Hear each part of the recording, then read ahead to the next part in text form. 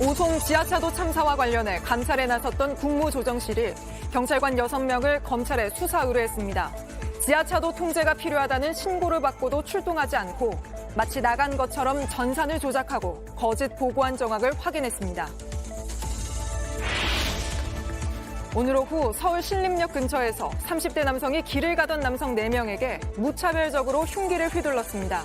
한 명이 숨졌고 나머지 3명도 크게 다쳤습니다.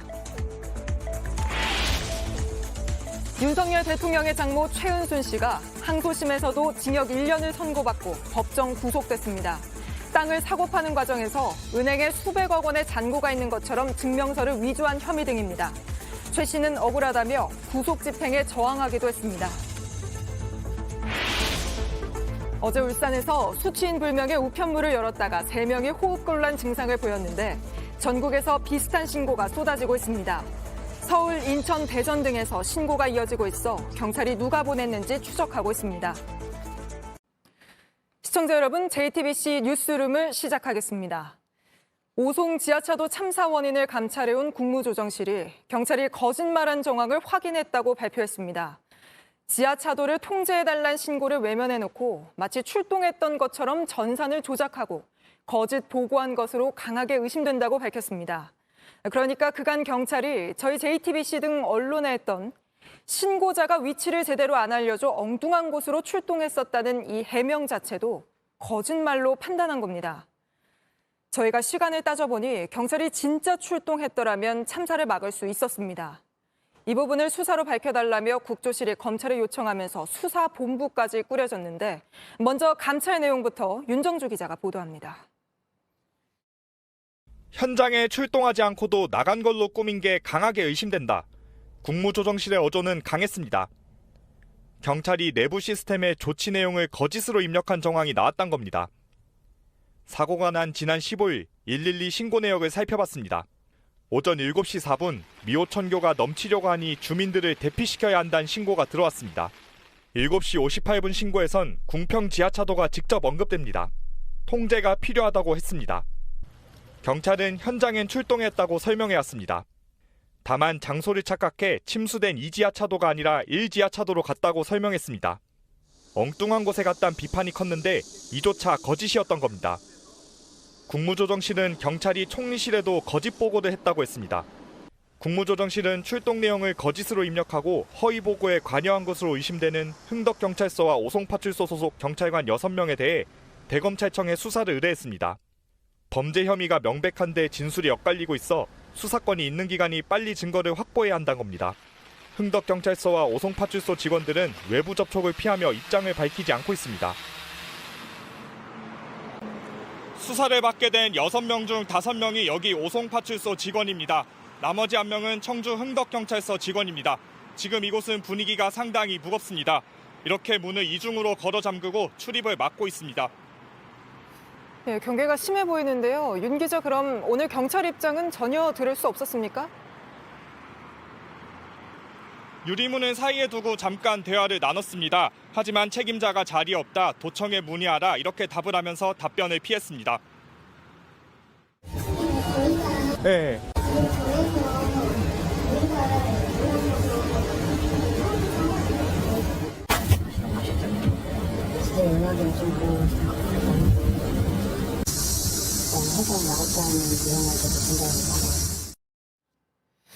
네, 그 출동한 것처럼 조작하는데 어느 선까지 관여한 건지도 수사로 밝혀야 할 텐데요.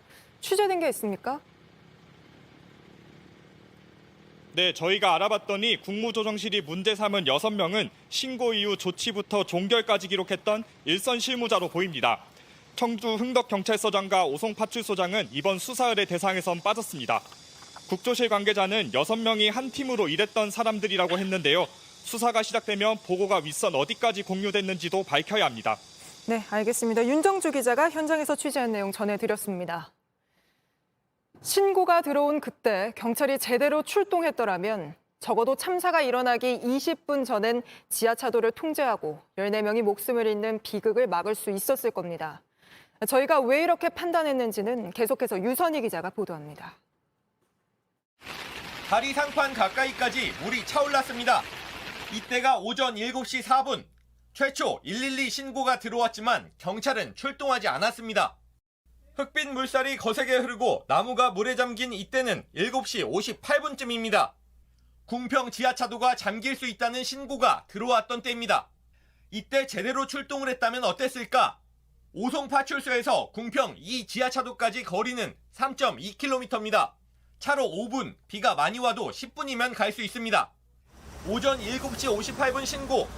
출동은 하지 않고 청주 재난상황실로 무전만 쳤던 오전 8시쯤 오송 파출소에서 출동했다면 늦어도 오전 8시 10분엔 이 지하차도에 도착할 수 있었습니다. 8시 10분 미호강의 모습입니다. 수위가 더 높아지고 광고판이 아예 들려있지만 아직 넘치진 않았습니다. 이때 현장에 도착해서 준비를 하고 통제를 시작하는데 10분이 걸린다고 가정해도 오전 8시 20분엔 통제를 시작할 수 있었습니다. 참사 20분 전에 막을 수 있었던 겁니다. 오전 8시 40분 미우강의 제방이 터지면서 6만 톤의 물이 순식간에 지하차도로 쏟아졌습니다. 하지만 경찰은 20분이 지난 9시 1분에야 현장에 도착했습니다. JTBC 유선입니다. 다음 소식입니다. 대낮에 서울 신림역 근처에서 30대 남성이 길을 가던 남성 4명에게 무차별적으로 흉기를 휘둘렀습니다. 1명이 숨졌고 나머지 3명도 크게 다쳤습니다. 왜 이런 범행을 저질렀는지 지금 경찰에서 조사 중인데 먼저 박준우 기자 보도 보시고 취재기자 연결해 자세히 알아보겠습니다. 두 남성이 뒤엉켜 몸싸움을 벌입니다. 검은 옷을 입은 남성이 넘어진 남성을 무언가로 내려칩니다. 오늘 오후 2시 10분쯤 서울 지하철 신림역 인근에 30대 남성이 흉기를 들고 나타났습니다. 신림역 4번 출구 인근에서부터 100m 이상을 이동하며 길을 가던 시민들에게 흉기를 휘둘렀습니다. 전화 통화 중이던 남성을 갑자기 뒤에서 찌른 걸 시작으로 모두 4명을 공격했습니다. 남자와 여자 커플이 지나가고 있는데 그 사람은 지나갔어요. 지나가는데 다시 돌아가서 그 남자를 공격했어요. 목적으로 몇 번 막 이렇게 하는 걸 봤어요. 피해자는 모두 남성이었습니다. 20대 1명은 끝내 숨졌고 나머지 3명도 크게 다쳤습니다. 지가 경찰 오기 전에 계단에 앉아서 도망 안 가고 뭐라고 소리 지르거나 그러지 그런 것도 없어. 경찰은 정확한 범행 동기와 사건 경위 등을 조사 중입니다. JTBC 박준우입니다. 네, 바로 현장에서 취재 중인 김한수 기자 불러보겠습니다. 자, 김 기자. 지금 김 기자가 있는 그곳에서 범행이 일어난 건가요? 네, 서울 신림역 주변 골목에 나와 있습니다. 범인은 제 뒤로 보이는 건물 주차장과 주변 골목 곳곳을 뛰어다니며 범행을 저질렀습니다. 음식점과 카페가 곳곳에 있어서 낮 시간에도 적지 않은 사람들이 있었는데요. 현장에서 목격자들을 만나봤습니다. 깜짝 놀란 시민들이 급하게 대피하기도 했다는데요. 범인은 이 건물 출입구에 걸터 앉아 있다가 출동한 경찰에게 붙잡혔습니다. 검거 당시 별다른 저항은 없었던 것으로 알려졌습니다. 네, 거기 앉아 있다가 붙잡혔다고요? 왜 이런 범행을 저질렀는지 조사가 되고 있습니까? 네, 경찰이 지금까지 조사한 바로는 범인과 피해자들은 모두 한 번도 만난 적이 없는 사이라고 합니다. 범인은 길에서 마주치는 사람을 미리 살해할 의도를 갖고 흉기를 준비하고 또 휘둘렀다고 하는데요. 또 조사 과정에서 살고 싶지 않다는 취지의 말도 했다고 합니다. 범인은 전과 3범으로 소년부로 성취된 전력만 14번 있다고 알려졌습니다. 네, 지금 경찰에서 한창 조사가 진행 중일 텐데 어떤 부분을 집중적으로 확인하고 있습니까? 일단 범인과 피해자들의 관계에 대해 조금 더 들여다보고 있습니다. 또 마약 투약 여부 등 구체적인 사건 경위도 조사하고 있는데요. 지금까지 경찰 조사에 따르면 범행 당시 술 취한 상태는 아니었다고 합니다. 네, 알겠습니다. 김한수 기자가 서울 신림역에서 전해드렸습니다. 다음 소식입니다. 윤석열 대통령의 장모 최은순 씨가 오늘 법정 구속됐습니다. 통장 잔고 증명서를 위조한 혐의로 항소심에서도 징역 1년을 선고받았습니다. 최 씨는 강하게 억울함을 호소하며 버티다가 결국 구속됐는데 먼저 오늘 법정 상황부터 정혜성 기자가 보도합니다. 법원으로 들어가는 최은순 씨는 아무런 말이 없었습니다. 사문서 위조 등 혐의로 항소심 선고 날입니다. 위조된 잔고 증명서가 실제로 법원에 소송 증거로 제출되는지 모르셨나요? 지난 2013년 부동산 거래를 하면서 은행 잔고 증명서 4장을 위조했다는 혐의입니다. 앞서 1심 재판부는 징역 1년을 선고했습니다. 항소심 재판부도 똑같이 판단하고 법정 구속했습니다. 재판부는 최 씨가 주도적으로 범행을 했고 막대한 부동산 사익을 얻기 위해 잔고 증명서를 위조했다고 설명했습니다. 그러면서 범행 규모, 횟수, 수법 등 죄질이 불량하다고도 했습니다. 판사가 30분 넘게 판결문을 읽는 동안 최 씨는 고개를 숙였습니다. 그런 뒤 약이라도 먹고 싶다, 억울하다며 흐느끼고 목소리를 높였습니다. 나가지 않으려고 버티기도 했지만 결국 법원 경위들이 끌고 나가 호송차에 태웠습니다. 대통령실 관계자는 대통령실이 입장을 낼 사안이 아니라고 했습니다. 또 대통령은 가족 또한 예외 없이 법 앞에 평등하다는 입장을 일관되게 밝혀왔다고 덧붙였습니다. JTBC 정혜성입니다. 윤석열 대통령의 장모 최은순 씨는 과거 경기도 성남 일대에 땅을 사는 과정에서 서류를 위조하고 또 이걸 부동산 투자에 활용한 혐의를 받고 있습니다. 최 씨가 어떤 혐의로 재판을 받았고 또 재판부 판단은 어땠는지 이어서 강희연 기자가 보도합니다. 최은순 씨는 동업자 안모 씨와 지난 2013년 경기 성남시 도촌동 일대 땅을 매입했습니다. 이때 총 4차례에 걸쳐 저축은행에 약 349억 원이 있는 것처럼 잔고증명서를 위조한 혐의를 받고 있습니다. 안 씨 사위 이름으로 계약을 맺고 등기한 혐의도 있습니다. 최 씨는 이 가짜 증명서를 활용해 땅 잔금 일자를 늦추고 돈을 빌릴 사람을 모집한 것으로 드러났습니다. 제기된 혐의는 또 있습니다. 최 씨는 지난 2013년 8월 안 씨와 함께 도촌동 땅 관련 계약금 반환 청구 소송도 제기합니다. 이때도 약 100억 원의 위조된 잔고 증명서를 법원에 증거로 제출한 혐의를 받습니다. 앞서 지난 2021년 12월 열린 1심에서 최 씨는 사문서 위조 혐의는 인정했지만 다른 혐의는 부인해왔습니다.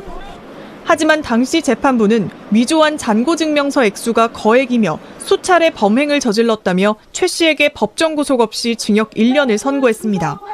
동업자 안 씨도 다른 재판에서 징역 1년형을 받았습니다. JTBC 강연입니다. 자신이 가르치던 초등학교 안에서 숨진 채 발견된 20대 교사를 추모하는 발길이 오늘도 이어졌습니다. 이 교사가 왜 스스로 목숨을 끊어야 했던 건지 진상을 밝혀야 한다는 목소리가 커지면서 교육당국은 시교육청과 합동조사에 들어가기로 했습니다. 유한울 기자 보도 보시고 지금 이 시각 현장으로 가보겠습니다. 이주호 사회부 총리 겸 교육부 장관은 오늘 긴급 간담회를 열고 현장 교사들을 만났습니다. 교육청과 합동조사단을 꾸려 경찰 조사와는 별도로 사망하신 교원과 관련한 정확한 사실관계를 확인하고 대응하겠습니다. 교육부는 오는 27일까지 학교장과 교사 면담을 통해 고인의 업무 분장과 학폭 처리 현황 등을 확인할 계획입니다. 이 부총리는 학생 인권 조례 등을 재정비하겠다고도 밝혔습니다. 학생 인권 조례에 따른 차별받지 않을 권리를 주장하여 교사의 정당한 칭찬과 격려가 다른 학생의 차별로 인식되어 다양한 수업이 어려워지고 있습니다. 조희연 서울시 교육감도 일부 학부모의 갑질이 있었다는 의혹에 대해서 사실 확인을 해보겠다고 했습니다. 한편 일부 교사와 교원단체는 주말인 내일 진상규명과 교권 확립 대책을 촉구하는 집회를 엽니다. JTBC 유한울입니다. 네, 그럼 지금 이 시각에도 추모 행렬이 이어지고 있는 학교 현장으로 가보겠습니다. 최하은 기자가 나가 있습니다. 자, 최 기자, 오늘도 뒤편으로 꽃들이 많이 보이는군요. 네, 저는 지금 학교 후문 앞에 나와 있습니다. 제 뒤쪽으로 근조 화환이 길게 늘어서 있는데요. 이 1,500개 가까운 화환들이 학교를 빙 둘러싸고 있습니다.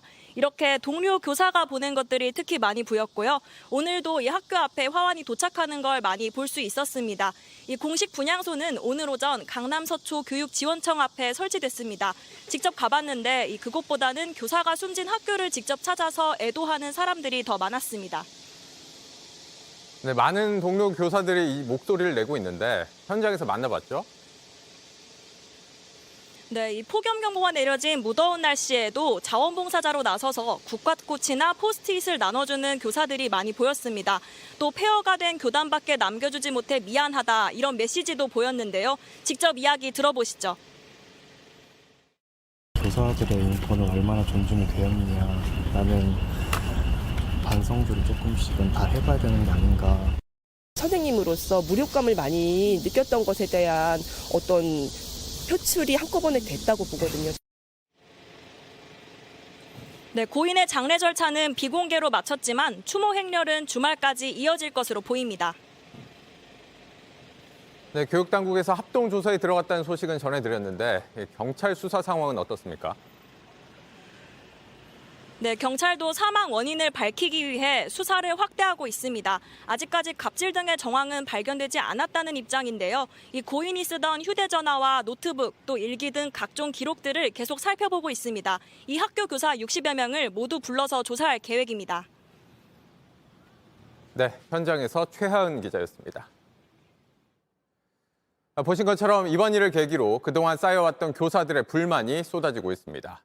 단순히 업무가 힘든 걸 넘어 학생들을 가르친다는 자부심만으론 참기 힘든 일들이 많아지고 있다는 겁니다.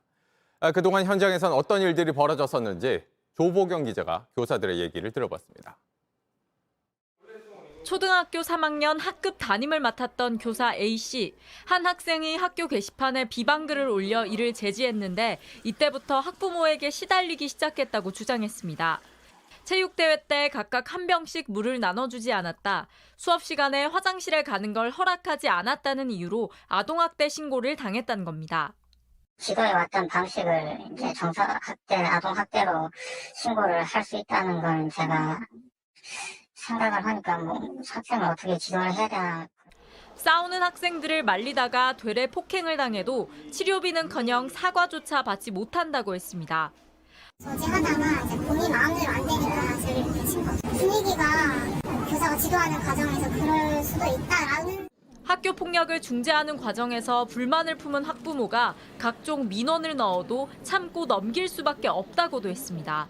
학폭에서 그 학생이 가해자가 됐어요. 우리 아이가 그 평판이 나빠졌다. 1년 내내 모든 교육 활동에 대해서 문제 제기를 하고 힘들게 하신 교실 붕괴 상황이에요. 실제 교총에 접수된 교권 침해 상담 중 절반은 학부모에게 시달린다는 피해 호소였습니다. 악성 민원, 무고한 아동학대 신고로 교사는 교육하기를 두려워하고 학생들은 무질서하고 무기력한 교실에서 혼란스러워하고 있습니다. JTBC 조보경입니다.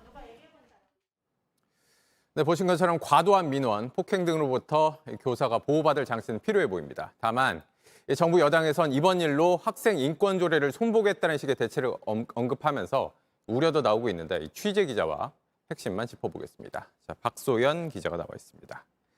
자, 박 기자, 이 정부가 학생 인권 조례를 손보겠다는 건 이 교사들이 힘든 이유가 학생의 인권이 강조된 탓이라는 겁니까? 네, 그렇습니다. 이주호 부총리는 학생들의 인권이 지나치게 강조되다 보니 교사들의 교권이 추락했다라고 보고 있습니다. 네. 여당도 학생들의 인권만 강조하다 보니 교사들의 인권이 침해당했다고 하고 있는데요. 하지만 교사들의 인권과 학생들의 인권 모두를 지켜내는 게 제대로 된 정책일 겁니다. 한쪽을 높이기 위해서 다른 한쪽의 기준을 낮추는 게 바람직한 해법이 될 수는 없을 겁니다. 네, 학생들 인권, 교사들 인권 어느 한쪽으로 기울어야만 하는 시소는 아닐 텐데 그럼 현장에서 교사들이 바라는 대책은 뭡니까? 네, 우선 현재는 아동 학대가 의심된다는 신고만 들어와도 해당 교사는 즉시 수업에서 배제되거나 직위 해제되는데 이 부분을 좀 손볼 필요가 있다라는 겁니다. 학교 안에 공식 민원 창구를 만들어서 객관적인 조사가 이루어질 수 있도록 해야 하고 시도교육청에 아동 학대 전담 기구도 설치해달라고 요구하고 있습니다. 이와 함께 현재 여야 모두 정당한 교육 활동을 아동 학대로 보지 않는다는 취지의 법안을 발의했는데요. 바로 이 법안을 서둘러 처리해달라고 요구하고 있습니다. 네, 그런가 하면 이 문제가 된 초등학교에서 어떤 일이 있었던 건지는 아직은 좀 확인하고 따져봐야 될 부분들이 많아 보입니다. 네, 맞습니다. 학교장이 낸 처음 입장문을 보면 고인의 학급에서 벌어진 사건에 대해 마무리됐다고 했습니다. 저희가 추가로 교육당국을 통해 취재해 보니까요. 지난 12일 이른바 연필 사건이 있었고 면담을 통해 다음 날 있었던 면담을 통해 가해 학생 부모가 사과를 하고 피해 학생 학부모가 이를 받아들였다는 겁니다. 그래서 학교 측은 마무리됐다라고 보고 있는데요. 하지만 교사 노조 측은 그 이후에도 학부모로부터 교사 자격이 없다는 얘기를 들었다거나 수십 통의 항의 전화를 받아 힘들어했다는 제보가 있다는 입장입니다. 교육당국이 직접 조사를 나서겠다고 했으니 이 부분부터 반드시 밝혀야 할 것입니다. 네, 여기까지 듣죠. 박소연 기자였습니다. 네. 자, 다음 소식입니다. 거액의 가상자산 투자 의혹으로 더불어민주당을 탈당한 김남국 의원에 대해 국회 윤리심사자문위원회가 의원직 제명을 권고했습니다. 김 의원은 마녀 사냥이라며 반발했습니다. 9월 본회의에서 논의될 것으로 보이는데 실제 제명으로 이어질지는 지켜봐야 합니다. 김지성 기자의 보도입니다. 국회 윤리심사자문위원회는 거액의 코인 투자 의혹을 받는 무소속 김남국 의원에 대해 의원직 제명을 권고하기로 어제 결정했습니다. 자문위에 따르면 김 의원은 국회 회의 도중 200번 이상 코인을 사고 팔았고 한때 거래소 잔고가 99억 원에 이르렀던 걸로 알려졌습니다. 장시간 저희가 토론도 했고 자료조사도 했고 그 결과 제명 의견으로 저희 결정을 받습니다.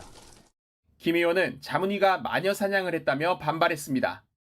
김남국 의원 징계안은 국회 윤리특위를 거쳐 오는 9월 본회의에서 처리될 전망입니다. 다만 실제 의원직 제명이 이뤄질지 미지수입니다. 의원직 제명의 경우 재적의원의 3분의 2, 200명 이상이 찬성해야 합니다. 김 의원이 소속됐던 민주당까지 다수 찬성표를 던져야 의결이 가능합니다. 하지만 민주당은 말을 아끼는 분위기입니다. 김남국 의원에 대해서 제명 권고했는데 이에 대해서 당의 입장 있으실까요? 관련해서 논의한 것이 없습니다. 실제 44년 전 김영삼 전 대통령을 제외하곤 의원직 제명이 가결된 사례는 없습니다. 앞서 자문위가 제명을 권고했던 윤미향, 박덕흠 의원 징계안도 윤리특위에 계류 중입니다. JTBC 김지성입니다. 김남국 의원 제명을 권고한 자문위는 모든 국회의원들의 가상자산 내역을 받아봤는데 여야 합쳐 11명이 관련 내역을 신고했다고 밝혔습니다. 저희가 이 명단을 입수했는데 자문위는 이 가운데 상당수가 이해 충돌에 해당할 수 있다고 보고 있습니다. 구혜진 기자가 취재했습니다. 가상자산을 신고한 의원은 김남국 의원을 포함해 총 11명입니다. 국민의힘은 권영세 장관과 김성재 의원 등 5명, 더불어민주당은 김상희 의원 등 3명입니다. 시대전환 조정훈 의원과 무소속 황보승 의원도 포함됐습니다. 자문위는 이 중 다수가 이해 충돌 우려가 있다고 판단했습니다. 자문위 관계자는 보유한 가상자산과 소속 상임위 관련성 등을 기준으로 볼 때 상당수가 이해 충돌 우려가 있다고 말했습니다. 해당 의원들의 법안 발의를 놓고도 이해 충돌 논란이 커질 전망입니다. 유경준 의원은 지난해 6월 가상자산 관련 과세를 2년 유예하는 법안을 대표 발의했습니다. 당시 황보승 의원도 이름을 올렸습니다. 이 법안이 반영된 소득세법 개정안은 지난해 12월 통과됐습니다. 가상자산을 신고한 의원 11명 가운데 8명이 찬성표를 던졌습니다. 1명은 기권했고 2명은 출석하지 않았습니다. 유경준 의원은 가상자산 관련 제도를 마련하기 위해 체험 삼아 200만 원어치 코인을 샀을 뿐이라며 당시 이해 충돌 가능성을 문의했지만 국회 사무처에서도 관련 규정이 없다고 답했다고 설명했습니다. JTBC 구혜진입니다. 어제 울산에서 국제 우편물을 열었다가 3명이 호흡곤란 증상을 겪었다고 전해드렸습니다. 그런데 오늘 서울, 대전, 제주 등 전국 곳곳에서 비슷한 신고가 잇따랐습니다. 경찰이 우편물을 국과수에 보내고 누가 왜 보냈는지 쫓고 있습니다. 배승주 기자입니다. 경남 함안군의 한 건물로 배달된 우편물. 발신지는 말레이시아입니다. 내용물은 낚시용 가짜 미끼. 무게는 10kg에 가격 1달러짜리라고 적었습니다. 받는 사람은 통일로 번길이라고 표기했습니다. 주민은 한 달 넘게 내버려 뒀다가 어제 울산 독극물 의심 우편물 소식을 듣고 신고했습니다. 비슷한 우편물이 지난해에도 2차례 왔다고 말했습니다. 그중에 제가 다 뜯어본 건 아니고 한 번만 뜯어봤어요. 이상하다 싶었는데 그 다음에는 집해가지고 내가 오는 대로 태워버린 걸 알고. 오늘 하루 서울과 대전, 제주 등 전국 곳곳에서 비슷한 신고가 쏟아졌습니다. 제주에선 어제 울산에서 발견된 소포처럼 타이완에서 보낸 노란색 봉투 안에 튜브형 화장품 2개를 넣은 우편물이 신고됐습니다. 이 우편물들은 주로 타이완과 우즈베키스탄, 말레이시아 등에서 왔습니다. 경찰은 우편물들을 과학수사연구원에 보냈습니다. 절대 개봉을 하면 안 되겠죠. 어떤 게 들어가는지 모르니까. 온라인 판매자가 실적과 평점 조작을 위해 아무에게나 물건을 보내는 이른바 브로싱 스캠 가능성과 국내 대테러 능력을 시험해보기 위한 테스트용 아니라는 추측도 나옵니다. 경찰은 누가 왜 이런 우편물을 보내는지 추적하고 있습니다. JTBC 배승주입니다.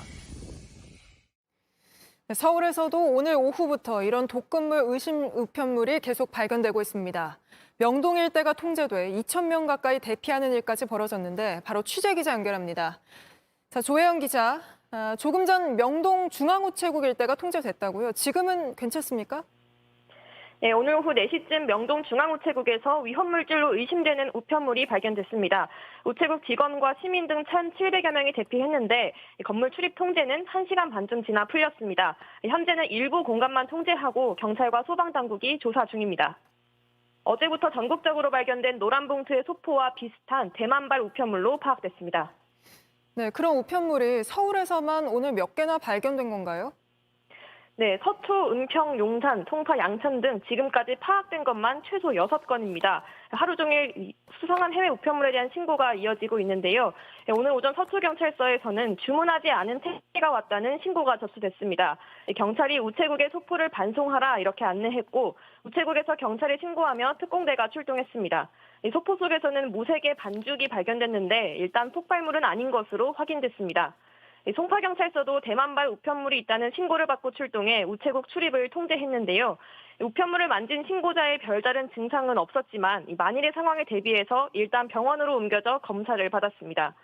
이 정체불명의 우편물에 대한 불안이 확산되는 가운데 우체국 측은 비슷한 유형의 국제 우편물의 국내 반입은 일시 중단한다고 밝혔습니다.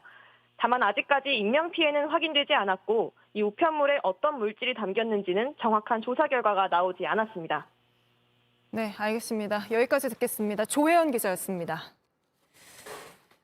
국제 밀값이 하루 만에 11% 급등했습니다. 러시아가 세계 최대 곡물 생산국 가운데 하나인 우크라이나의 곡물 수출을 막겠다고 선언했기 때문입니다.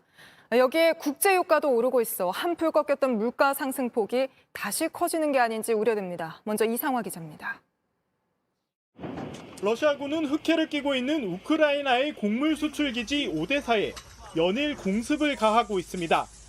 전쟁 중이라도 흑해를 통한 우크라이나의 곡물 수출을 보장한다는 흑해 곡물 협정을 깬 데 이어 공격까지 한 겁니다. 이러자 국제 밀값은 하루 만에 11% 급등했습니다. 이런 오름세가 이어지면 서너 달 뒤 국내 가격에도 반영됩니다. 장기화가 된다면 국제 선물 시장에서 가격 강세에 좀 영향이 있을 수도 있다. 밀가루 값이 오르면 라면과 빵, 과자 등이 줄줄이 오를 수도 있습니다. 사료값 인상으로 이어져서 고기값이 뛸 수 있다는 우려도 나옵니다. 곡물가는 좀 영향을 최근에 많이 미치고 있는 건 사실이고요. 이뿐만이 아닙니다. 국제유가도 한 달 전보다 7%가량 올랐습니다. 사우디아라비아를 비롯한 주요 산유국이 생산량을 줄였기 때문입니다. 휘발유와 경유값도 바닥을 찍고 2주째 오르고 있습니다. 경유의 경우 한 달여 만에 전국 주유소 판매 가격이 1,400원을 넘었습니다. 올라가는 것 같아서 저 원래 5만 원씩밖에 안 넣었는데 이번에는 일부러 좀 7만 원 넣었거든요. 국제 곡물 가격과 유가가 계속 오르면 지난달 2%대로 둔화된 물가 상승률이 다시 들썩일 수 있다는 전망도 나옵니다. JTBC 이상화입니다. 크게 오른 소금값도 떨어지지 않고 있습니다. 공급이 정상화될 거란 정부의 공언과 달리 소금 품귀 현상이 한 달 넘게 이어지고 있기 때문입니다. 그러다 보니 오늘 몇몇 마트에 풀린 이 천일염 사겠다고 새벽부터 길게 줄을 서는 일도 벌어졌습니다. 이어서 공다솜 기자입니다. 아침부터 마트에 카트줄이 길게 늘어섰습니다. 정부가 지난달에 이어 두 번째로 푸는 천일염을 사러 온 소비자들입니다. 새벽 5시에 출발해서 여기 왔어. 비축해놔야지. 나도 너무 다 있는데 나는 못 있잖아요. 몇 시간 줄 설 각오를 하고 아예 낚시 의자를 챙겨온 소비자도 있습니다. 오염수 오기 전에 산다고 지금 사러 나온 겁니다. 의자 갖고 왔어. 혹시 옛날처럼 서약기 불편할 것 같아서. 한 달 전 천일염 품귀 현상이 생기자 정부는 7월까지는 공급이 정상화될 것이라고 밝혔습니다. 하지만 여전히 모자라자 400톤의 천일염을 풀기로 한 겁니다. 20kg짜리 천일염 2만 포대 분량으로 전국 37개 매장에만 풀기로 했는데 매장당 평균 600포가 채 안 됩니다. 이렇게 공급이 달리면서 이달 천일염 가격은 5월에 비해 10%가량 뛴 상태입니다. 여기에 계속된 폭우로 산지에선 소금을 제대로 만들지 못하고 있습니다. 장마 때는 내리고 있습니다. 비 오고 소나기 오면은 영자는 소금을 못 냅니다. 어떻게 장담을 할 수가 없어요. 이 때문에 당분간 소금을 구하기 어려운 상황이 이어질 것으로 보입니다. JTBC 공다소입니다. 오늘 경북 예천에서 실종자 1명을 찾았지만 여전히 2명의 실종자가 돌아오지 못하고 있습니다. 그런데 주말에 또 비가 예보돼 현장에선 수색과 복구 작업에 열을 올리고 있습니다. 동료를 잃은 해병 장병들도 오늘부터 다시 손을 보태고 있는데 이은진 기자가 현장 취재했습니다. 일반 차량도 들어가기 어려운 이 길로 대형 군용 트럭은 진입해야 합니다. 장비와 물을 실었습니다. 물을 마을로 들여가야 무너진 집에 들어찬 흙을 씻어낼 수 있습니다. 운전대를 돌리는 20대 초반 병사 얼굴엔 땀이 흘러내립니다. 해병대원들은 어제 하루 애도 기간을 가졌습니다. 그리고 오늘 다시 삽을 들었습니다. 폭염과 냄새, 각종 장애물과 싸워야 합니다. 내일 최수근 상병 발인식은 갈 수 없습니다. 저희는 이 수해복 현장에서 지원해야 되기 때문에 저희가 다음으로 가야 돼요. 이재민들은 고맙고 미안하다고 말합니다. 고맙지요. 너무 얼마나 대견스러워요. 불쌍해 죽겠어, 난 하는 거 보면. 피해를 입은 집입니다. 토사가 얼마나 들어찼는지 벽지의 흔적이 고스란히 남았습니다. 이 흙과 쓰레기를 다 치우고 물도 말려야 사람이 살 수 있을 텐데 얼마나 걸릴지 알 수 없습니다. 오후 실종자 1명을 발견했습니다. 3명이었던 실종자는 이제 2명이 됐습니다. 이런 가운데 내일부터 또 예천에는 비가 옵니다. 수색은 더 어려워질 수밖에 없습니다. 그게 걱정입니다. 또 비 오는데. 구조대는 인력 569명과 드론 헬기 등 인력과 자원을 모두 투입했습니다. 주말에 집중호우가 예보돼 있기 때문에 오늘 꼭 찾고 말겠다는. 이 순간에도 수색은 계속되고 있습니다. JTBC 이은진입니다. 구명조끼 하나 없이 수색에 나섰다 순직한 고 최수근 상병에게 군이 보국 훈장을 추서했습니다. 하지만 왜 이런 사고가 났고 앞으로 어떻게 막을지에 대한 답은 내놓지 않고 있습니다. 어머니는 오늘도 가슴을 쳤고 시민들은 함께 울었습니다. 구석찬 기자입니다. 국민의 생명을 지키기 위하여 실종자 수색이라는 숭고한 임무를 수행하다 순직한 보국 훈장이 추서되는 순간에도 엄마는 울었습니다. 영정 앞에 선 아버지는 고개를 떨궜고 동료들은 숨죽였습니다.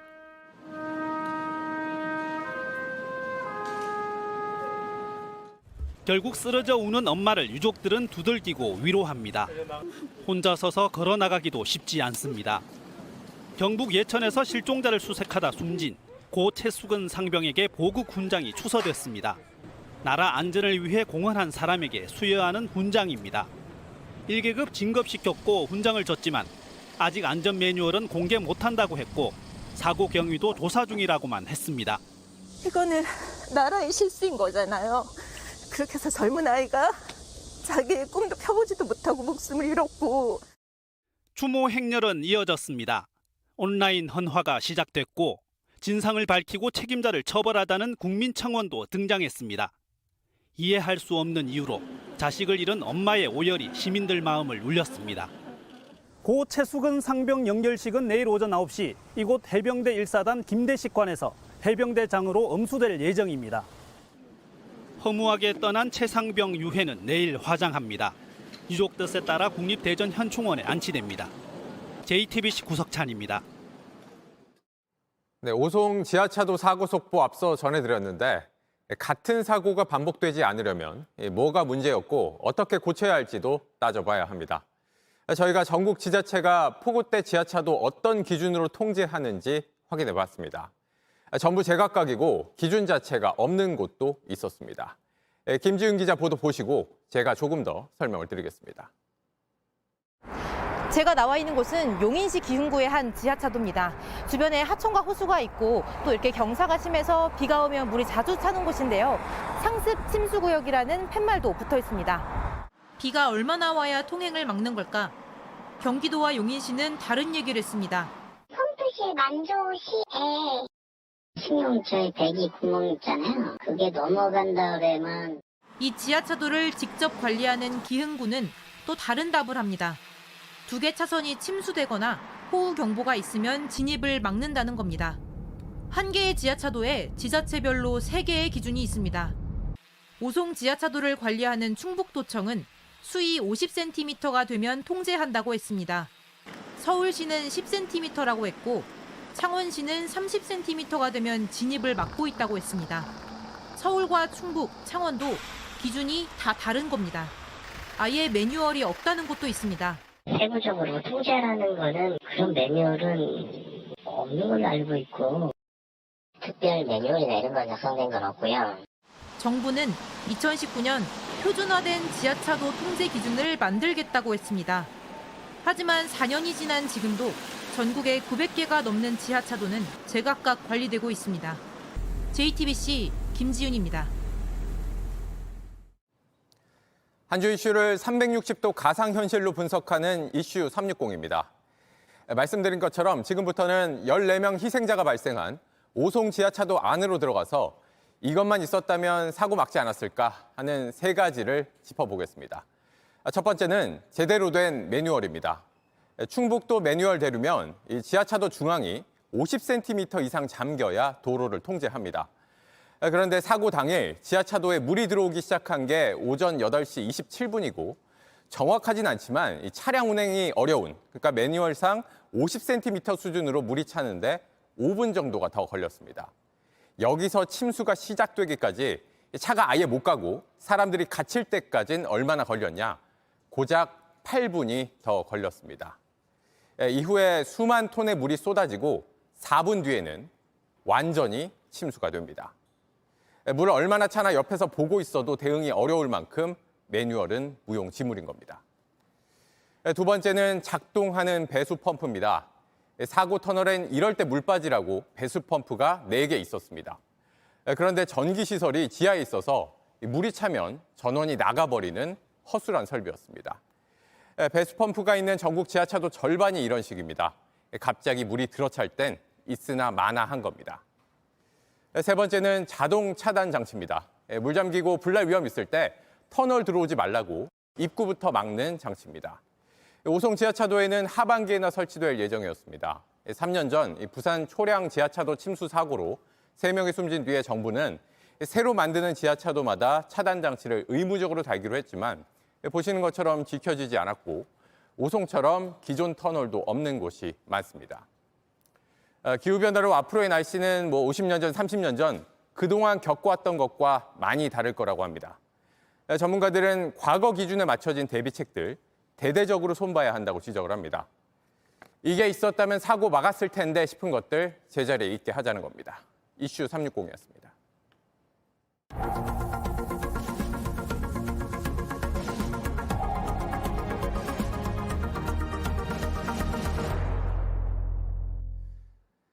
어젯밤 경기 남양주에서 30대 여성과 어머니가 집에서 흉기에 찔려 숨진 채 발견됐습니다. 용의자는 이 여성과 연인 관계였던 50대 남성인데 이 여성의 5살 난 아들을 데리고 도망쳤다 붙잡혔습니다. 박현주 기자가 보도합니다. 경찰차가 골목 입구에 서 있습니다. 또 다른 경찰차와 구급차, 소방차까지 나타납니다. 친구가 위험하다는 신고가 들어온 겁니다. 경찰들이 막 여기 문을 막 부수더라고요. 남편이 이제 담배 피러 경찰이 물어보더래요. 저녁에 싸우는 소리 들었냐고. 중국 국적의 30대 여성과 60대 어머니가 숨진 채 발견됐습니다. 흉기에 찔린 지 한참 된 상태였습니다. 경찰은 30대 여성과 연인 관계였던 50대 남성을 범인으로 특정했습니다. 네, 남성이 모녀를 살해한 집입니다. 지금은 이렇게 노란 출입 금지선이 쳐져 있는데요. 남성은 범행 직후 이곳을 빠져나와 도주했습니다. 그런 다음 근처 어린이집에서 여성의 5살 아들을 데리고 나와 충남 서천에 갔습니다.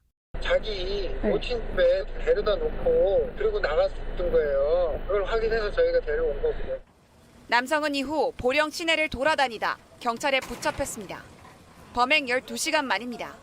범행 이유를 묻는 취재진에게 죄송하다고 했습니다. 피해자 아들은 왜 데려가신 거죠? 한참 오래 생활하고 해가지고 여기는 어머니 집에서 일단 봐주게 하려고. 경찰은 구속영장을 신청할 계획입니다. JTBC 박현주입니다. 어제 뉴스룸에선 불법 개 번식장의 실태를 보여드리면서 대학에서 동물복지를 가르치는 교수가 개를 사고 파는 브로커 역할을 했다는 소식을 전해드렸습니다. 오늘 해당 교수는 대학에서 파면됐고 지자체들은 조사에 착수했습니다. 서효정 기자입니다. 충남 홍성의 불법 번식장에서 태어난 강아지의 개체관리 카드입니다. 무허가 번식장인데도 버젓이 18자리 허가 번호가 쓰여 있습니다. 썩기 때문에 할 수가 없다는 거죠. 허가증을 빌려서 개체관리 카드를 작성해서 가져온다고 하면 그것까지 저희들 약자라는 얘기죠. 하지만 취재진이 확인해보니 이 강아지를 사들인 홍씨 경매장의 이전 허가 번호와 일치합니다. 홍씨 측이 개체관리 카드를 써줬거나 허가 번호를 빌려준 걸로 의심되는 대목입니다. 그 한 번호 가지고 허가 번호 하나 가지고 2개, 3개를 팔아주는 거죠. 실제 지자체 단속반에 따르면 해당 경매장에서 이처럼 조작된 개체관리 카드가 다수 발견됐습니다. 한 번씩 오시는 분들이 아니니까 이분이 부모가인지 아닌지 몰랐다라는 건 충분히 그분이 인지하실 수 있는 상황인데. 홍 씨가 반려동물과 겸임 교수로 강단에 섰던 대학교는 오늘 홍 씨를 파면했습니다. 해고, 해촉 그런 내용입니다. 사회에 너무 많은 무리를 일으켰기 때문에 저희들이 그렇게 강하게 할 수밖에 없는 거죠. 홍성군도 오늘 홍 씨와 거래했던 불법 번식장을 동물보호법 위반 혐의로 경찰에 고발했습니다. 저희도 이제 그 절차를 밟고 있다는 거 말고는. 농림부는 홍 씨가 운영한 경매장 등 전국 18개 경매장에 대해 단속을 예고했습니다. JTBC 서효정입니다. 강원 삼척에서 경찰 아버지와 10대 아들이 공조해 휴대전화와 돈을 훔친 절도범을 붙잡았습니다. 아버지가 알려진 인상착의를 기억했던 아들이 범인을 발견하고 뒤를 밟은 덕에 검거에 성공한 겁니다. 조승현 기자가 보도합니다.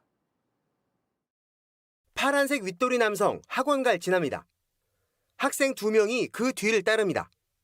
갑자기 뛰어 앞질러가 남성을 보고 방향을 바꿔 돌아옵니다. 추적은 거리를 두고 계속됩니다. 남성은 10대 절도 용의자입니다. 지난달 삼척에서 휴대전화와 현금을 훔쳐 달아났습니다. 그런데 CCTV를 확보해 용의자의 동선을 살피던 경찰 눈에 익숙한 장소가 들어왔습니다. 아들이 다니는 학원 근처였습니다. 경찰은 아들에게 이런 사람 보면 알려달라고 말했습니다. 이 사람 학원가에서 약간 본 적 있는 것 같기도 하고 좀 익숙했는데 마침 PC방에 가보니까 저 사람인 것 같은데. 연락을 받은 경찰은 바로 출동했습니다. 15분 동안 600m를 쫓은 아들과 친구, 용의자가 잡혀가는 것까지 확인했습니다. 경찰과 공조 수사에 성공한 학생들은 표창장과 신고 포상금을 받았습니다. JTBC 조승현입니다. 네, 문화계 소식 하나 전해드립니다. 최근 해외 한인들의 목소리를 담은 작품들이 주목을 받고 있습니다. 특히 70년대 한국인 이민자의 정서가 담긴 애니메이션이 인기입니다. 정재우 기자가 소개합니다. 불과 물, 땅과 공기가 사는 원소들의 세계. 그런데 들여다보면 어째선지 한국 이야기가 떠오릅니다. 주인공이 가족을 실망시키지 않기 위해 노력하고 매운 음식엔 자부심을 느끼는 점도 닮았습니다. Try this. Dad, those are too hot. I love hot food. 국내에서 개봉 한 달 만에 450만 명이 봤는데 올해 할리우드 영화 중 가장 좋은 성적입니다. 한국계 감독이 직접 겪은 이야기를 잘 녹여낸 것이 흥행 요소로 꼽힙니다. I got to thank my 어머니 아버지 at a ceremony about all the sacrifices that they made, and so that idea was the heart of the film. 한국 문화에 관한 관심이 커지면서 한국계 창작자들이 만든 콘텐츠도 주목을 받게 됐습니다. 미나리에서 이민 1세대를 연기했던 스티븐 연은 올해 에미상 나무주연상 후보에 올랐습니다. 한인교회에서 어울리고 카톡으로 대화하는 이민자의 일상과 정서가 실감나게 그려집니다. 배우도 작가도 한국계가 활약하는 드라마는 에미상에서 13개 부문 후보에 올랐습니다. 서울을 배경으로 하거나 한국적인 소재도 자주 등장합니다. K-팝 아이돌과 사랑에 빠지는 10대의 로맨스 소설을 쓴 이민 2세대 작가는 이번엔 고전, 심청전을 판타지로 재해석했습니다. 해외 한인들의 이야기를 담은 외국 작품들이 잇따르면서 한국은 문화예술계에서 더욱 중요한 키워드로 자리매김하고 있습니다. JTBC 정재우입니다. 스포츠 뉴스입니다. 부실 경영으로 퇴출된 대의원 농구단에 새 이름이 생겼습니다. 바로 스카이 거너스입니다. 낡은 지하에서 땀 흘려온 선수들은 힘든 시간을 함께한 팬들을 위해서 감동 농구를 보여주겠다고 다짐했습니다. 최종혁 기자입니다. 코트 위 바람을 일으켰던 양궁 농구와 딱 맞는 이름이었습니다. 열심히 쏠 거예요. 올해도 작년 시즌보다도 더 열심히 3점을 쏠 것이고. 식비를 내지 못한 구단을 대신해 도시락을 싸 선수들을 지켰던 팬들의 고마움을 알기에 연고지는 고향을 떠나지 않기로 했습니다. 혼자 차 운전하고 있었는데 오열을 했습니다. 높은 순위 안 바라니까 행복한 농구만 했으면 좋겠습니다. 굳이 승리가 중요하지 않다. 사실 플레이오프 진출하면 좋겠습니다. KBL 막내 구단 소노는 선수와 팬을 중심에 두겠다며 가입비조차 제때 못 낸 대의원 사태는 없을 거라 안심시켰습니다. 월급을 받지 못해 돈 때문에 힘들었던 선수들을 한 번 더 보듬었습니다. 저녁에 당장 회식이 있습니다. 소로카 뷔페에서 1인당 13만 원짜리. 네, 너무 기대가 되고 얼른 먹어보고 싶습니다. 낡은 지하체육관에서 묵묵히 새 팀을 기다려온 선수들은 오롯이 운동에만 집중할 수 있게 됐습니다. 행복하고요. 기분 좋고요. 작년보다 더 감동을 줄 수 있는 소노가 될 수 있도록 열심히 노력하겠습니다. 지난 시즌 4강 진출을 일궈낸 감독은 더 높은 곳을 바라보겠다 말합니다. 정말 재밌는 농구를 해서 챔피언전까지는 가야 되지 않을까라는. 선수와 팬 모두가 힘들었던 시기, 이제 비상하는 일만 남았습니다. 스카이 거너스 화이팅! JTBC 최종혁입니다. 가장 오래된 골프 대회 디오프는 공포의 벙커로도 유명합니다. 세계적인 선수들이 진땀 빼는 모습이 낯설기만 한데요.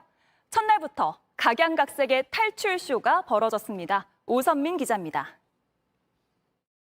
You're sort of riding your luck at that point and hoping it's not up. It's very difficult to avoid them all. It's been done before. 세계 랭킹 2위와 3위도 쩔쩔매게한 건 항아리를 연상시키는 깊은 벙커가 도사린 코스였는데 그중에서도 18번 홀이 가장 까다로웠습니다. 어른 허리까지 오는 깊은 벙커에 빠진 공을 낚시하듯 퍼올리지만 공은 또 다른 벙커에 빠지고 말았습니다. 일단 벙커에 빠진 공을 빼내는 것부터가 쉽지 않았습니다. 벙커 벽에 바짝 붙은 공을 쳐낸 맥킬로이. 그러나 공은 벽면을 맞고 되돌아올 뿐이었습니다. 결국 왼쪽 다리를 벙커 밖에 걸친 기이한 자세를 선택해서야 위기를 벗어날 수 있었습니다. 세계에서 가장 오래된 골프 대회인 디오픈 첫날부터 선수들의 진땀을 빼게 한 81개의 벙커. 이 악명 높은 코스에서 가장 많은 버디를 쓸어 담은 선수는 아마추어 골퍼 람프레이트였습니다. PGA 투어가 마치 아동용 클럽을 쓰는 것처럼 보인다고 표현할 정도로 203cm의 큰 키로 평균 297m의 시원한 장타를 휘두르며 첫날 공동선두에 올랐습니다. 디오픈에서 우승한 아마추어 선수는 1930년 바비 존스 이후 아무도 없습니다. I think I'm very hard on myself and I think I earned my spot to be here.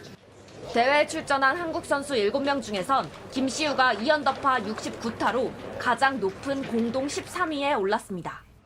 JTBC 오선민입니다.